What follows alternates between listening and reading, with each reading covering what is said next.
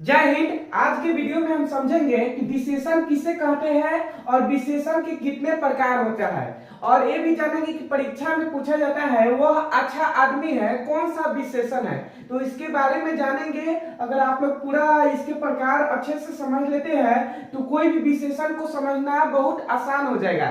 तो चलिए सबसे पहले हम जान लेते हैं कि विशेषण किसे कहते हैं। तो देखिए, जो किसी संज्ञा की विशेषता बताए उसी को विशेषण कहते हैं। जो किसी संज्ञा की विशेषता बताए उसे क्या कहते हैं? विशेषण। असंज्ञा किसे कहते हैं? तो देखिए, दुनिया में जितने भी नाम है या नाम दिया गया है या दिया जाएगा वो सब क्या है? संज्ञा होता है। ठीक, और यहाँ पे हम क्या बताए हैं? जो किसी संज्ञा की विशेषता बताए उसे हम क्या कहते हैं? विशेषण। अगर ये भी ना याद रहे तो याद रख लीजिएगा, जो किसी का विशेषता बता दे उसी को हम विशेषण कहते हैं। सिंपल तरीका है, जो किसी की विशेषता बताए उसे हम क्या कहते हैं? विशेषण कहते हैं। चलिए, ये तो समझ गए कि विशेषण किसे कहते हैं। इंपॉर्टेंट यहाँ पे इसके प्रकार है। अगर इसके प्रकार आप लोग ध्यान पूर्वक समझ लेते हैं तो परीक्षा में आपको कोई भी विशेषण को समझना काफी आसान हो जाएगी। तो चलिए देखिए, विशेषण के कोई भी पूछे कितने भेद होते हैं या प्रकार होते हैं, तो देखिए विशेषण याद कर लीजिए, विशेषण कितना हुआ? 4। तो विशेषण के कितने प्रकार होते हैं? 4 होते हैं। प्रथम है गुणवाचक, दूसरा है परिमाणवाचक, और तीसरा है संख्यावाचक, चौथा है सर्वनामिक। याद रखिएगा, गुणवाचक, परिमाणवाचक, संख्यावाचक और सर्वनामिक। चलिए इसका बारी बारी से हम परिभाषा बता देते हैं और समझाने की कोशिश भी करेंगे कि किसी भी वाक्य या शब्द को कैसे पहचाने कि यह कौन सा विशेषण है। देखिए, अगर क्वेश्चन आ जाए कि गुणवाचक विशेषण किसे कहते हैं, तो देखिए, जो किसी संज्ञा के गुण, धर्म, आकार, अवस्था आदि बताए। ठीक, जो किसी संज्ञा के गुण, अवस्था, रंग आदि बता दे उसे हम क्या कहेंगे? गुणवाचक विशेषण कहेंगे। ठीक, क्या कहेंगे? गुणवाचक विशेषण कहेंगे। जैसे कि हम यहाँ पे एक एग्जाम्पल लिखते हैं, उदाहरण देते हैं। यहाँ पे लिखा है वह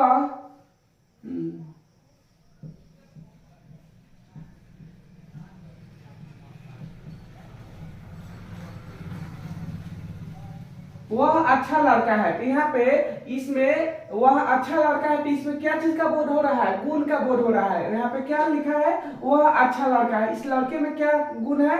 अच्छाई का गुण है। ठीक, यहाँ पे क्या है? यह कौन सा विशेषण हो गया? कोई पूछ दे वह अच्छा लड़का है, कौन सा विशेषण है? तो कहेंगे, जब गुण का बोध हो रहा है तो कहेंगे गुणवाचक विशेषण है। जैसे कि वह बुरा लड़का है, तो यहाँ पे बुरापन का मतलब कि बोध हो रहा है, फिर भी कहेंगे गुणवाचक है। एक और एग्जांपल हम देते हैं गुणवाचक का ही। जैसे कि यहाँ पे लिखेंगे लाल टोपी है।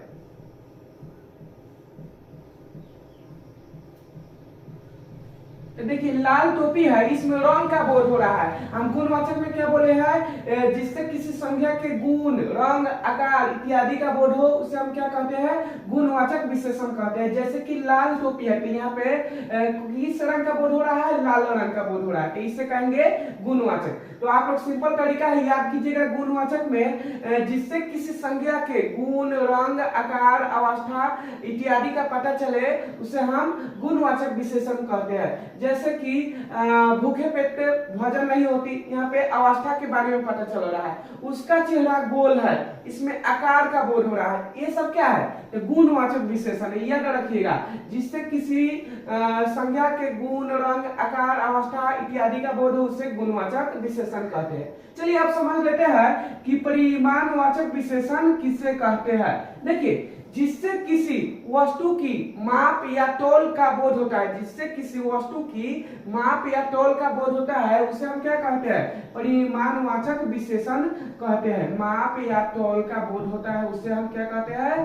परिमाणवाचक विशेषण कहते हैं। जैसे कि यहाँ पे इसे उदाहरण के जरिए हम समझाने की कोशिश करेंगे। आप लोग सिर्फ सिंपल एग्जाम्पल याद कीजिए, इसका परिभाषा याद कीजिए। जिससे किसी वस्तु की माप या तौल का बोध होता है उसे हम परिमाणवाचक विशेषण कहते हैं। जैसे कि यहाँ पे क्वेश्चन आ गया परीक्षा में, थोड़ा दूध दो कौन सा विशेषण है? थोड़ा दूध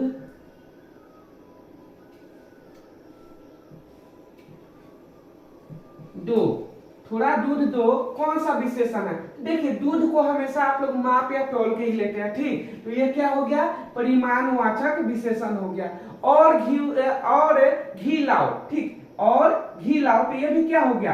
परिमाणवाचक विशेषण हो गया। तो जिसमें माप या तौल का बोध हो, आप लोग अपने दिमाग से याद रखिएगा, जिसमें माप या तौल का बोध हो उसे हम क्या कहेंगे? जैसे कि 22 पसेरी धान है, तो धान को आप लोग गिन के थोड़ी लेते हैं, तौल या माप के लेते हैं। तो ये सब क्या हुआ? परिमाणवाचक विशेषण कहलाता है, ठीक। तो इसको परिभाषा के जरिए याद रखिए, गुणवाचक में गुण, रंग, आकार, अवस्था इत्यादि का बोध हो उसे गुणवाचक विशेषण कहते हैं। और परिमाणवाचक में जिसे नाप या तौल का बोध हो उसे हम क्या कहते हैं? परिमाणवाचक विशेषण कहते हैं। चलिए संख्यावाचक विशेषण के बारे में जान लेते हैं कि संख्यावाचक विशेषण किसे कहते हैं। तो देखिए जिसमें किसी वस्तु या व्यक्ति की संख्या का बोध हो, ठीक। क्या चीज का बोध हो? संख्या। संख्या मतलब अंक, अंक अर्थात गिनती का बोध हो उसे हम क्या कहते हैं? संख्यावाचक। जिस कोई भी उदाहरण में, कोई भी एग्जांपल में आप लोग देखिएगा जिसमें गिनती का बोध हो, ठीक, अर्थात संख्या का बोध हो उसे संख्यावाचक विशेषण कहते हैं। जैसे कि यहाँ पे लिख देते हैं, महीने में 30 दिन होते हैं, ठीक। महीने में 30 दिन होते हैं। तो इसमें देखिए महीने में कितने दिन का बोध हो रहा है? 30। और 30 क्या है? संख्या है, ठीक। महीने में 30 दिन का बोध होता है और 30 क्या है? संख्यावाचक विशेषण है। समझ गए? जैसे कि सप्ताह में 7 दिन होते हैं, इसमें 7 दिन क्या है? संख्यावाचक विशेषण है। तो आप लोग अपने दिमाग से हमेशा याद रखिएगा, जिसमें संख्या का बोध हो अर्थात गिनती का बोध हो उसे हम क्या कहते हैं? संख्यावाचक विशेषण कहते हैं।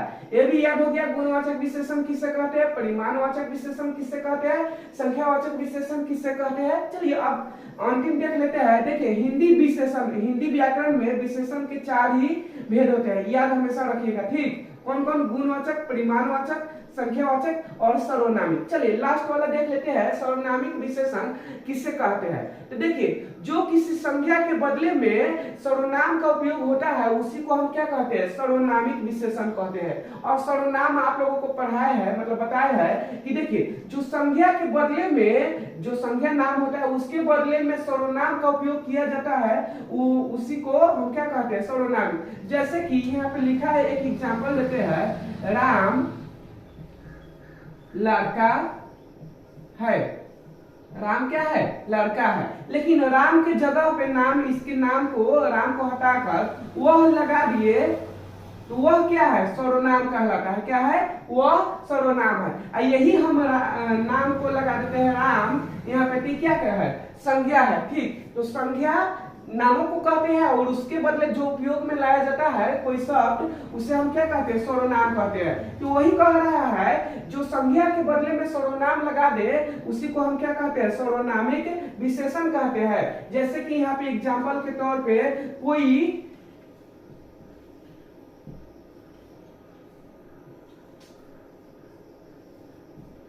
व्यक्ति होगा,